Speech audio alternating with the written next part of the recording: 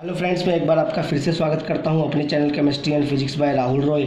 आज के वीडियो में आपको मैं क्लास 9 का टॉपिक कराने जा रहा हूं, एवरेज स्पीड और एवरेज वेलोसिटी, जो कि क्लास +1 का भी बेस है। अब एवरेज स्पीड और एवरेज वेलोसिटी को जानने से पहले सबसे पहले हमें पता होना चाहिए स्पीड क्या है। तो स्पीड क्या होती है? Speed is defined as the time rate of change of distance. Distance का टाइम के हिसाब से चेंज होना क्या कहलाता है? स्पीड। तो जो स्पीड होता है उसकी एसआई यूनिट क्या है? तो डिस्टेंस की मीटर है, टाइम की सेकंड है, तो इसकी एसआई यूनिट क्या है? Metre per second. और स्पीड एक स्केलर क्वांटिटी है। अब स्केलर क्वांटिटी क्या होती है, वेक्टर क्वांटिटी क्या होती है, इसके लिए मैंने इस एक और वीडियो बना रखा है जिसका लिंक मैंने डिस्क्रिप्शन में दिया हुआ है। अगर आपको स्केलर क्वांटिटी वेक्टर क्वांटिटी समझना है तो आप उस लिंक से आप वीडियो को देख सकते हैं। वैसे ही आता है बच्चे एवरेज स्पीड। एवरेज स्पीड क्या हुआ? Total distance over total time. इसी तरीके से velocity is defined as time rate of change of displacement. Displacement का टाइम के हिसाब से चेंज होना क्या कहलाता है? वेलोसिटी। तो डिस्प्लेसमेंट की भी एसआई यूनिट क्या है? मीटर, टाइम की सेकंड। तो वेलोसिटी की भी एसआई यूनिट क्या है? Metre per second. और वेलोसिटी क्या है? Vector quantity. अब इसी तरीके से वेलोसिटी पता लग गई तो एवरेज वेलोसिटी क्या होगी बच्चे? Total displacement over total time. अब हम एवरेज वेलोसिटी और एवरेज स्पीड के क्वेश्चंस करते हैं। तो सबसे पहला क्वेश्चन है, find out average speed and average velocity in the following figure. ये मान लीजिए फिगर दे रखा है यहाँ पे आपको, ए से बी 3 मीटर, बी से सी 2 मीटर, सी से डी 1 मीटर। अब ए से बी तक जाने में टाइम लग रहा है 2 सेकंड, बी से सी जाने में लगा है टाइम 1 सेकंड, और सी से डी जाने में लग रहा है टाइम 2 सेकंड। तो एक पर्सन बी से डी जाता है, डी से ए जाता है, बी से कहाँ गया डी, डी से कहाँ गया ए। तो इस केस में एवरेज स्पीड निकालनी है और एवरेज वेलोसिटी। तो सबसे पहले एवरेज स्पीड निकालते हैं। तो एवरेज स्पीड क्या होता है? Total distance over total time. तो सबसे पहले टोटल डिस्टेंस निकालते हैं। जब बी से डी गया, तो टोटल डिस्टेंस कितना हुआ? 2 और 1 3। और जब डी से ए आया तो टोटल डिस्टेंस कितना हुआ? 1 2 और 3 यानी 5 1 2 और 3 यानी 6 और 3 कितने हो गए बच्चे? 9। तो टोटल डिस्टेंस हो गया बच्चे 9। और टोटल टाइम कितना लगा? जब बी से डी गया तो टाइम लगा 1 और 2 3 सेकंड। फिर जब दोबारा डी से बी आया तो दोबारा 3 सेकंड लगे, तो 3 और 3 6। और जब बी से ए आया तो टाइम लगा 2 सेकंड, तो टोटल टाइम लगा 8 सेकंड। तो एवरेज स्पीड क्या होगी? Total distance over total time. तो यहाँ पे आया आपके पास एवरेज स्पीड कितनी आ गई? 1.12 मीटर पर सेकंड। उसी तरीके से हमें एवरेज वेलोसिटी निकालनी है। तो एवरेज वेलोसिटी निकालने के लिए हमें क्या चाहिए? Total displacement. और याद रखिएगा, डिस्प्लेसमेंट निकालने के लिए हमें सिर्फ इनिशियल और फाइनल पोजीशन को देखना पड़ता है। तो पर्सन चला कहाँ से था? बी से, पहुंचा कहाँ पे है? ए पे। तो इनिशियल पोजीशन है बी, फाइनल पोजीशन है, तो बस ये देखेंगे। तो बी से ए में सबसे छोटा डिस्टेंस कितना? बी से ए कहाँ की तरफ गया? देख रहा है इस तरफ, बी से इस तरफ गया है, तो इस तरफ गया है तो ये नेगेटिव एक्स एक्सिस की तरफ गया है। तो ये डिस्टेंस जो अपना डिस्प्लेसमेंट हो गया वो हो गया -3। तो टोटल डिस्प्लेसमेंट क्या हो गया? -3। और टोटल टाइम सेम ही रहेगा जितना इसमें टाइम रहा था। तो एवरेज, तो यहाँ पे अपने एवरेज वेलोसिटी क्या हो जाएगा? टोटल डिस्प्लेसमेंट -3, टोटल टाइम मैंने कहा था सेम रहेगा, तो -3/8 यानी -0.37 मीटर पर सेकंड। एक और क्वेश्चन लेते हैं। इसमें क्या है बच्चे? ना तो टाइम दिया होगा ना ही आपको डिस्टेंस दिया होगा, फिर भी हम इस तरीके का भी एक क्वेश्चन आता है तो इसको हम कर लेते हैं। तो कहता है, if an object travel 2/3 of the total distance. एक ऑब्जेक्ट ट्रैवल करता है 2/3 of the total distance with the speed of 8 metre per second and remaining distance, बचा हुआ distance with the speed of 10 metre per second. Find out average speed. अगर यहाँ पे question में speed दिया होगा तो एवरेज स्पीड बोल सकता है, और क्वेश्चन में वेलोसिटी दिया होगा तो एवरेज वेलोसिटी निकालने के लिए बोल सकता है। दोनों को करने का तरीका एक ही है, आप ध्यान से समझिएगा।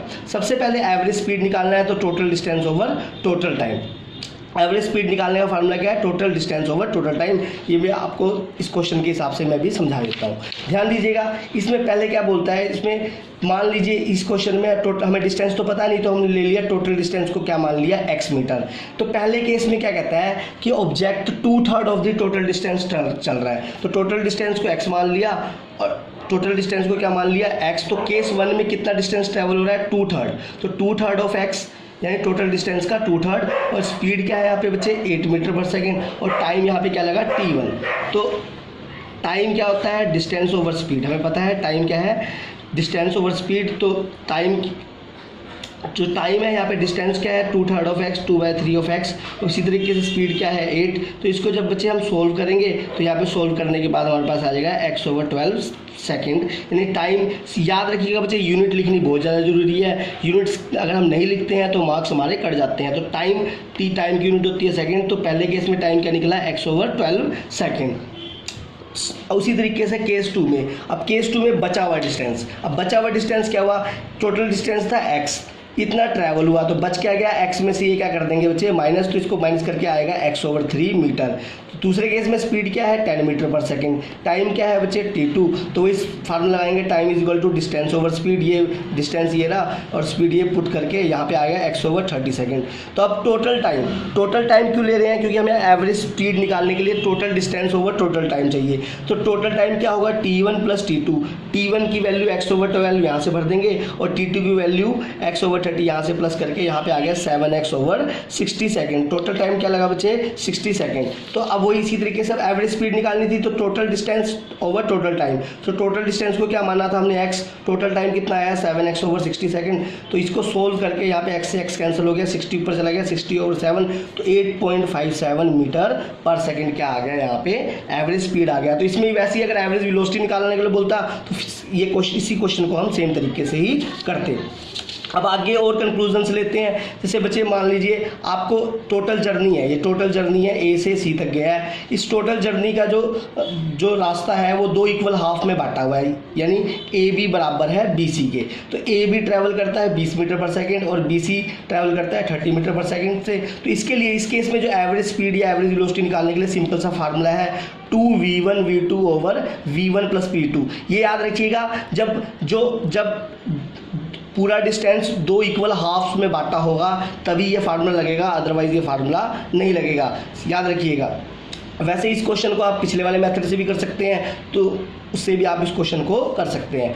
वैसे ही मतलब ये वाला क्वेश्चन इस तरीके से भी हो सकता है। मान लीजिए एक पर्सन ए से बी गया और बी से ए आया, तो मान लीजिए अब देखो ए से बी गया, जब ए से बी गया तो जितना रास्ता ए से बी तक जाने में ट्रैवल किया है उतना ही रास्ता बी से ए आने में ट्रैवल किया है। तो दोनों केस में जो डिस्टेंस क्या है वो सेम है, जैसे इस दोनों केस में डिस्टेंस सेम था, तो इसके लिए भी हम एवरेज स्पीड लगाने के लिए फार्मूला लगा सकते हैं, लेकिन एवरेज वेलोसिटी के लिए फार्मूला नहीं लगा सकते, क्योंकि एवरेज वेलोसिटी यहाँ पे क्या हो जाएगी 0, क्योंकि टोटल डिस्प्लेसमेंट क्या हो जाएगी 0, क्योंकि ए से चला था पर्सन और दोबारा कहाँ पे आया है ए पे आ गया है। वैसे ही मान लीजिए एक पूरी जर्नी 3 इक्वल हाफ्स में डिवाइड है, 3 इक्वल हाफ्स में डिवाइड है, यानी ए बी वाला रास्ता बराबर है बी सी के और बी सी वाला रास्ता बराबर है सी डी के। तो तीनों रास्ते आपस में बराबर है। ये वाले रास्ते को V1 से ट्रैवल कर रहा है, इस वाले रास्ते को V2 से, इस वाले रास्ते को V3 से।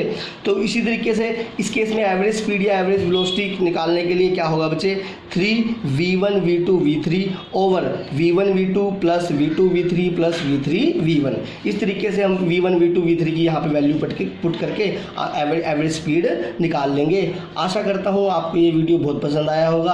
अगर आपको फिर भी कोई क्वेश्चंस में दिक्कत आ रही है तो आप मुझे कमेंट में डाल दीजिएगा, मैं इसका बहुत ही आसान हल लेके जल्द से जल्द आपको रिप्लाई कर दूंगा। धन्यवाद।